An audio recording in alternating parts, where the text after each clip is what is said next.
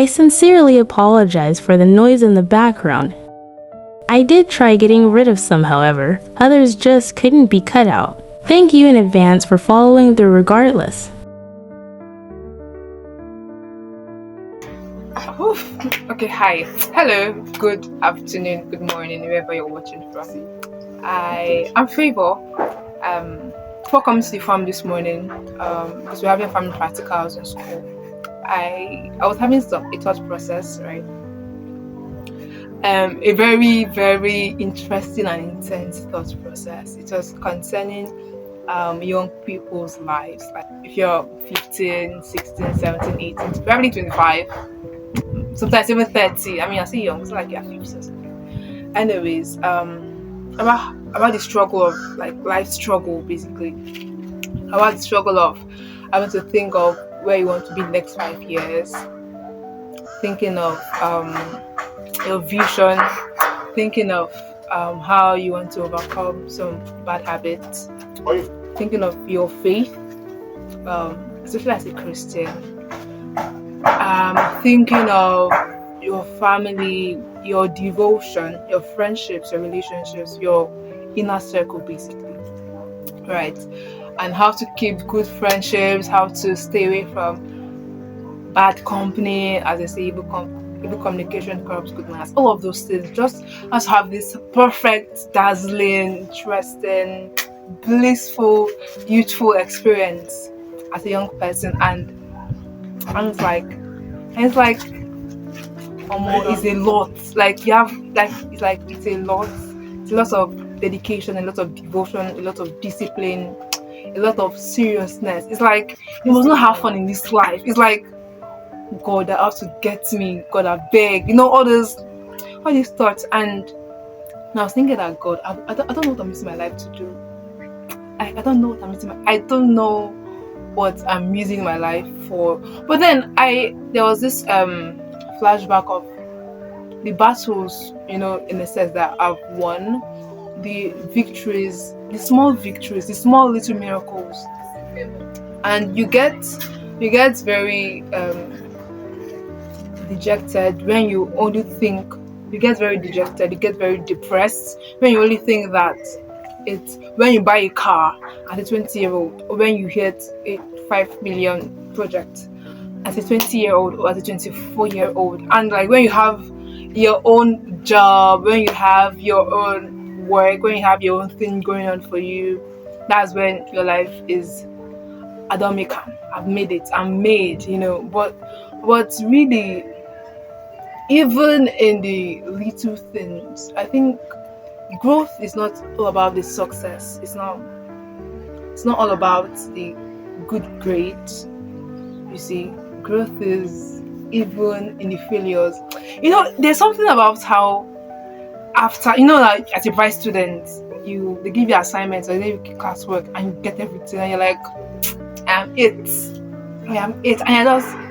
and just on the high, like you're on the high, and something just happens and you're given your work, and you're like, it is me now. Even your classmates are like, you're supposed to get some now, and I come and see 0/10, and you go just mute. You know that, God, is this me? And that little event can be a turning point for somebody, a very large turning point that you get, you see yourself less. Even the people around you be like, this guy's supposed to get, this guy's supposed to get, but this is what is happening, and you see yourself even lesser, and then you have this thing in your head that I'm not perfect, I cannot, I'm less. I mean, they gave us this thing and I failed it, and this project that I'm supposed to, succeed, but I failed it. I failed at it, and I can't study properly because I failed before, or I can't pass this exam because I failed before, and there's this mediocrity mindset you have, or you come to. I'm not interested. it now seems like a wall. You're now like protecting yourself so that you like, even if everybody gets everything, so good days comes, bad days, comes, and you're using that to try to protect yourself. I must say, even in this growth, really, if you're a Christian and you are certain, and you know that you're like you speak to God, like you are sincere that if not because of God, hey God, if not because of God, I would have been gone. Literally, I would have been gone. Really, it's not by he that runs or he that wills, really, because you will soon be 30, you will soon be 45, you have your own children, you're going to have grandchildren. What will you tell your children when you bear them? Because there are good days, there are really good days. There are really good days when you can order food, there are really good days when you can go to a Chinese restaurant and like get all whatever it is you need. There are good days you have your car, you have your driver. You see, what if something bad happens and you start afresh? What happens then? Will you die? Will you actually die? Will you die? Or will you find yourself again? Will you cry and weep? Then go to God in prayer to get directions about life. So really, it's not always green. It's not always perfect. It's not always easy. But there's one thing. God makes all things better. That's the assurance I have. I'm not like, I am not made. I've brought myself to the posture of, if God does not put his hand in my life, like I'm done. That's it. That's where I am right now. So it's like a bridge, and there are pillars beneath. There's this bridge in Lagos. I think it's Lagos Bridge.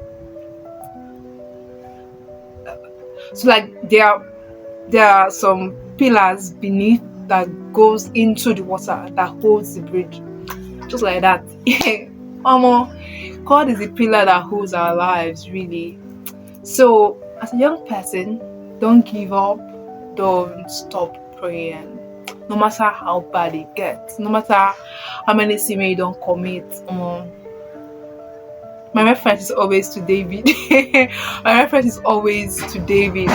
That guy messed up back to back. He gave us back to back messing up. But his ranting in the Bible is so sweet. Whenever I read his ranting, all this so from Psalm 40, Psalm 41, 42, 43, to when you get to Psalm 51, where he was asking for mercy, you're just ranting. God, will you allow my life to finish because I did this? God, don't take away your spirit from me. Oh God, I did this and I did this and I'm sorry. That until you got to Psalm 51, start asking for mercy, again afresh. Someone, same past David, though, I can't even lie. Baba committed murder, straight up. Like, he committed murder, slept with the person he murdered his wife. That kind of, back to back. They give him like this. I'm going to like,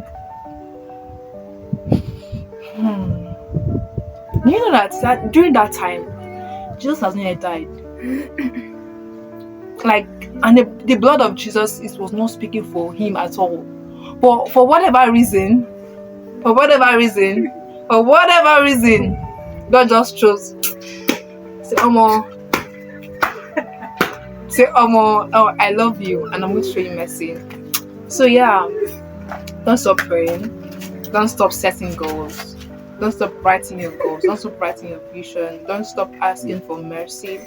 Don't stop being devoted to God, no matter the circumstance. Right? Don't stop pursuing that little dream you have.